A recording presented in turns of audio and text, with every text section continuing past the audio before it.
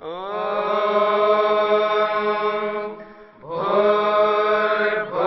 स्वः तत्सवितुर्वरेण्यं भर्गो देवस्य धीमहि धियो यो नः प्रचोदयात्।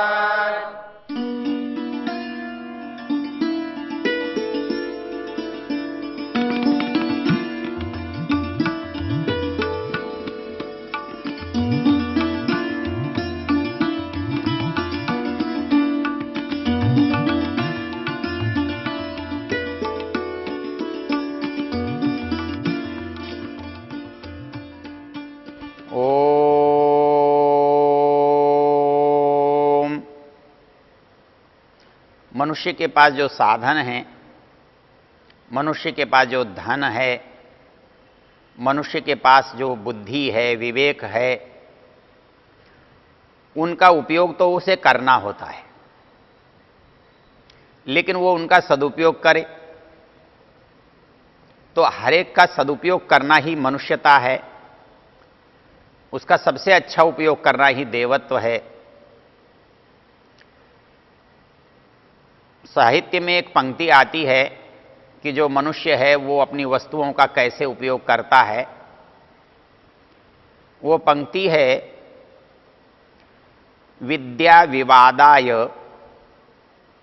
धनम मदाय शक्ति ही परेशां परिपीडनाय खलस्य साधोर विपरीतमेतत् ज्ञानाय दानाय च रक्षणाय।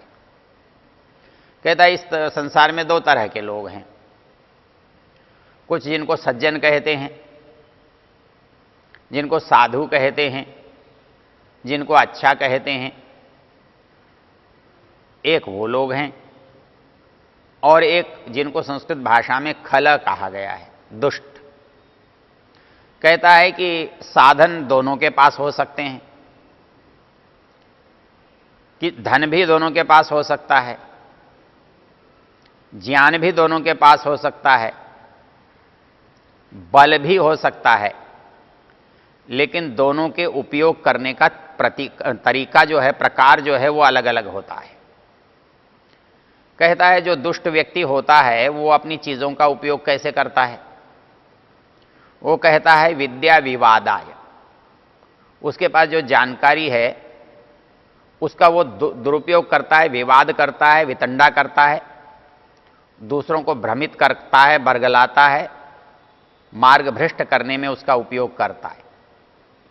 विद्या विवादाय धनम मदाय, यदि ऐसे अज्ञानी व्यक्ति के पास धन आ जाता है तो उस धन को विलासिता में बिता देता है, जुए में बिता देता है, शराब में बिता देता है, दुराचार में बिता देता है, दुष्ट लोगों के साथ व्यसनों में बिता देता है। तो वो व्यक्ति देता तो है, लेकिन उस देने का परोपकार से संबंध नहीं है, इसलिए वो दान नहीं कहलाता, वो दान की कोटि में नहीं आता, उसका कोई कल्याण नहीं होता समाज का। और यदि वो बलवान भी है तो वो किसी को भी पीड़ित करने में अपनी बल को लगाता है, अच्छे व्यक्ति से छीनने के लिए उसका उपयोग करता है। वो किसी का धन छीनता है, किसी के साधन स्थान भूमि छीनता है, किसी का मकान दुकान छीनता है, बल है उसके पास। लेकिन एक दुष्ट व्यक्ति जो है धन से दुर्व्यसन करता है, विद्या से वितंडा करता है और बल से दुर्बलों को पीड़ित करता है, सताता है। शास्त्रकार कहता है खलस्य साधोर विपरीतमेतत्, अर्थात एक व्यक्ति दुष्ट है और एक व्यक्ति सज्जन है, तीनों बातें उसके दोनों के पास हैं, लेकिन उनका उपयोग करने से, उनका व्यवहार में लाने से दोनों का अंतर स्पष्ट दिखाई देता है। जो दुर्जन है वो तो ये सब करता है, लेकिन जो सज्जन है वो क्या करता है। खलस्य साधोर विपरीतमेतत्, एक सज्जन व्यक्ति के पास ज्ञान है तो वो ज्ञान को बांटता है, ज्ञान को बढ़ाता है, वो ज्ञान का दान देता है। मनु महाराज कहते हैं, सर्वेषामेव दानानाम ब्रह्मदानम विशिष्यते। अर्थात जो दान हम देते हैं, धन का देते हैं, वस्त्रों का देते हैं, भूमि का देते हैं, पशुओं का देते हैं, जो और उपयोगी साधन हैं उनका देते हैं, वो दान उपयोगी तो हो सकते हैं थोड़ी देर के लिए, थोड़े समय के लिए, वो काम आ सकते हैं मनुष्यों के, लेकिन मनुष्यों के काम जो बहुत देर तक आता है, जीवन भर आता है, वो ज्ञान यदि हम उसको देते हैं तो वो दान बड़ा दान है, सर्वोच्च दान है। इसलिए धन दान से, भूमि दान से, वस्त्र दान से, वस्तुओं के दान से, अन्न के दान से भी बड़ा दान ज्ञान का दान माना है। अर्थात एक अन्न के देने से एक समय का भोजन, कुछ दिनों का भोजन हो सकता है, लेकिन जब हम किसी को ज्ञान का दान देते हैं, योग्यता का दान देते हैं, क्षमता का दान देते हैं, तो वो उसके लिए सदा लाभदायक होता है, पूरे जीवन उसके काम आता है। इसलिए मनु महाराज ने कहा, सर्वेषामेव दानानाम ब्रह्मदानम विशिष्यते।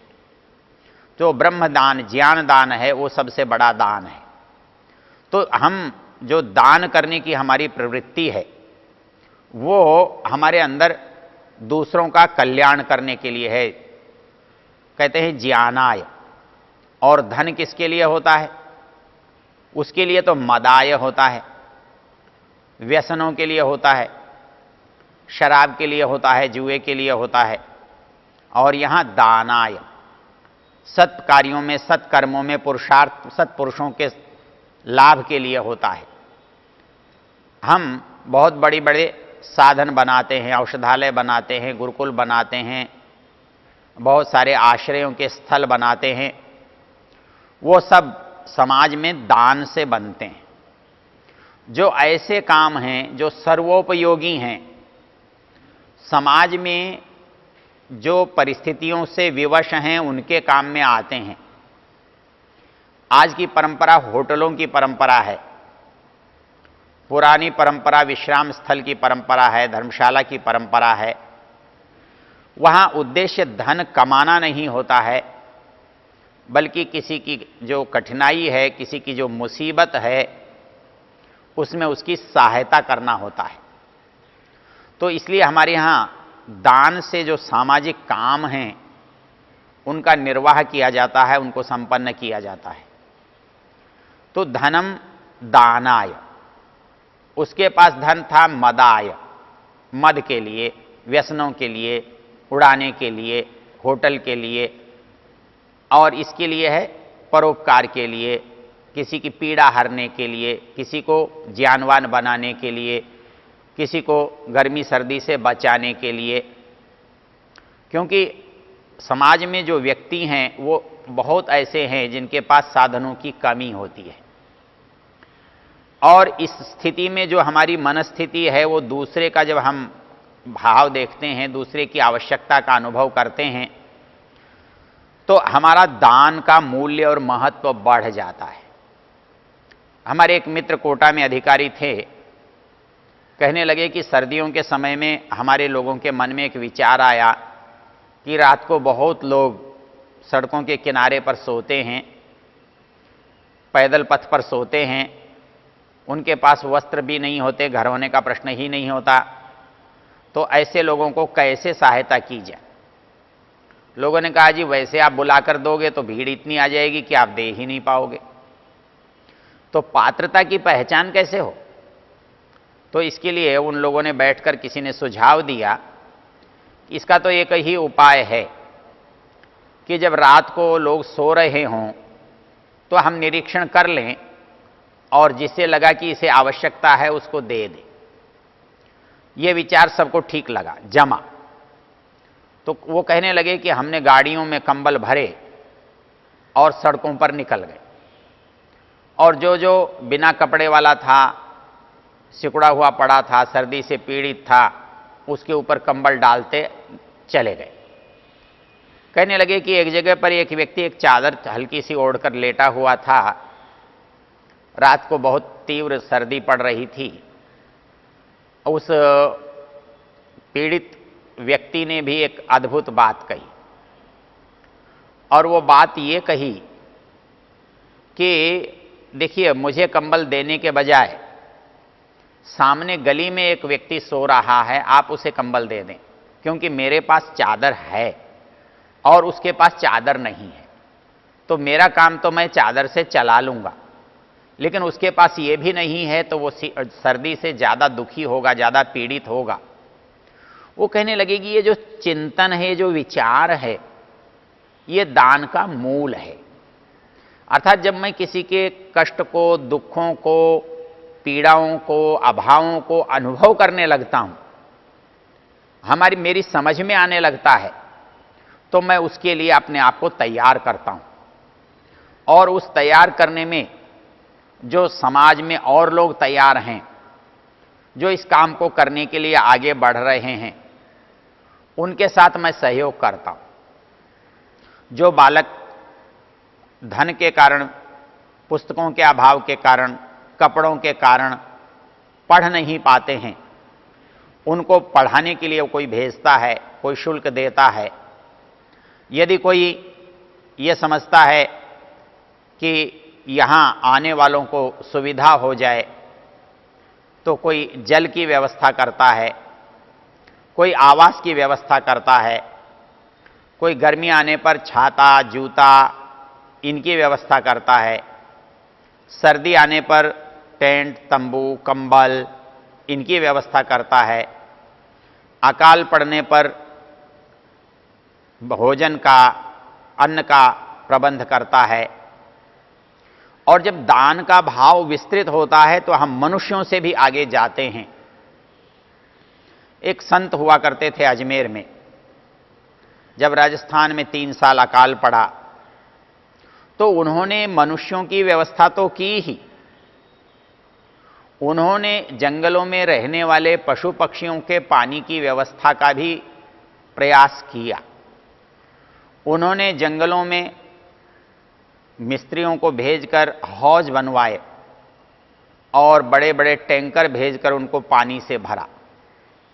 वो कहते थे कि ठीक है, मनुष्य तो कहीं से पानी जुटा लेगा, हम मनुष्यों के लिए पानी कहीं से ले आएंगे, हम गहरा कुआं खोद लेंगे, बाहर से टैंकर भर के ले आएंगे, हम रेल से पानी ले आएंगे। पानी लाने के तो मनुष्य के पास बहुत साधन है, पानी वो कम ज़्यादा लेकर के काम चला लेगा, जीवित रह जाएगा, दूसरी जगह चला जाएगा। लेकिन जो बेचारे वन में रहने वाले छोटे छोटे पशु पक्षी हैं, बड़े प्राणी हैं, वो बेचारे कोई कुआं तो खोद नहीं सकते। नदी नाले सूख गए, तालाब सूख गए, तो उनके पास विकल्प क्या बचा? वो तो अतिरिक्त क्या है, प्यास से मर जाएं, इसके अलावा उनके पास कोई साधन ही नहीं है। ऐसा जो सोच है, ऐसी जो कल्पना है, इसको करना एक सतोगुण के भावों के अतिरिक्त संभव नहीं है। तो जो हमारे साधु संत लोग हैं, वो मनुष्यों के अंदर उन विचारों को पैदा करते हैं, उन भावों को पैदा करते हैं जिससे दूसरों की सहायता हो सके। और ये बात हर क्षण हमारे लिए उपयोगी है।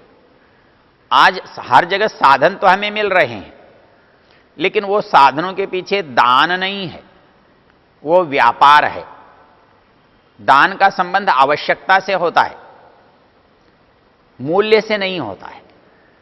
आज एक व्यक्ति रेल में पानी दे रहा है, लेकिन पानी बेच रहा है, मूल्य से दे रहा है। प्यासा है, उसको पानी मिल रहा है, तो प्यासे को पानी मिलना एक अच्छी बात है, लेकिन यह दान नहीं है, यह धर्म नहीं है, यह परोपकार नहीं है, यह व्यापार है। क्यों? इसके पीछे आधार आवश्यकता नहीं है, इसके पीछे आधार मूल्य है। अर्थात यदि मैं कितना भी प्यासा हूं और मेरी जेब में पानी खरीदने के पैसे नहीं हैं, तो वो मुझे पानी नहीं देगा, मुझे पानी नहीं मिल सकता। लेकिन यदि कोई व्यक्ति धार्मिक है, तो धार्मिक व्यक्ति का जो देने का भाव है, उसमें अंतर है। वो प्यासे को ढूंढता है, प्यासे को वो पानी पिलाता है, उसका संबंध मूल्य से नहीं है, बदले से नहीं है। व्यापार का संबंध बदले से है। आवश्यकता की पूर्ति तो व्यापार में भी होती है। वो मेरी आवश्यकता पूर्ति करता है, मैं उसकी आवश्यकता की पूर्ति करता हूं। वो मुझे वस्तु देता है, वो चाहे वस्त्र के रूप में है, अन्न के रूप में है, जल के रूप में है और किसी साधन के रूप में है। इसके विपरीत मैं उसे धन देता हूं जो उसकी आवश्यकता है। काम दोनों कर रहे हैं और दोनों एक दूसरे की आवश्यकता की पूर्ति कर रहे हैं, किंतु वहां धर्म नहीं है, वहां दान का भाव नहीं है, वहां परोपकार की चर्चा नहीं है। वहां एक दूसरे की आवश्यकता एक दूसरे पूरा करते हैं। जब एक दूसरे की आवश्यकता को एक दूसरा पूरा करता है तो वो दान नहीं होता, वो व्यापार होता है, वो व्यवसाय होता है, वो क्रय विक्रय होता है। लेकिन शास्त्र कहता है कि संसार में क्रय विक्रय की भी आवश्यकता है, व्यापार की भी आवश्यकता है। दो आवश्यक लोग आपस में विनिमय कर लें ये ठीक भी है, लेकिन उनका कोई क्या करेगा जिनके पास आवश्यकता तो है किंतु साधन नहीं है। तो समाज में जो मूल बिंदु समझने का है कि साधन वालों को दूसरे साधन वाले साधन देकर एक दूसरे की आवश्यकताओं की पूर्ति करते हैं या कर सकते हैं, वो व्यवस्था होनी चाहिए, बनाती है सरकार। किंतु एक जो व्यवस्था सरकार नहीं बनाती या न कम बनाती है, वो है समाज का जो सबसे कमजोर व्यक्ति है, जो असहाय है, बीमार है, दुर्बल है, निर्धन है, अज्ञानी है, वो भी हमारे समाज का अंग है, वो इस मनुष्य समाज का हिस्सा है। उसके लिए भी और उससे अतिरिक्त जो प्राणी मात्र है उसके लिए भी जो हम चिंतन करते हैं, उसके लिए जो प्रयत्न करते हैं, उसका संबंध दान से है। और वो इस लंबी प्रक्रिया को जितने भागों में बांटा जा सकता था, ऋषि ने उतने भागों में बांटा है। वो कहते हैं देव श्रद्धया देय, श्रद्धा हो तो भी देना चाहिए, लेकिन देने की परिस्थिति है, श्रद्धा नहीं है तो भी दे देना चाहिए। अश्रद्धया देय, समाज के भय से दे देना चाहिए। चार लोग आकर मांगने खड़े हैं, किसी अच्छे काम के लिए मांग रहे हैं तो दे देना चाहिए। कहते हैं कि डर से भी दे देना चाहिए, कहीं विरोध न हो जाए तो भी दे देना चाहिए। समाज के काम में देने में कोई बुराई नहीं। तो श्रद्धया देयम, अश्रद्धया देयम, ह्रिया देयम, भिया देयम। वो कहता है कि श्रिया देयम, भगवान ने यदि बहुत दिया है तो भी दे देना चाहिए। और अंतिम बात कहता है संविदा देय, यदि मैंने कोई उनसे वायदा किया है, उनको मैंने कोई स्वीकृति दी है, तो भी मुझे देने से इनकार नहीं करना चाहिए। इसलिए दान इस समाज के लिए, इसको बचाने के लिए एक अनिवार्य आवश्यकता है।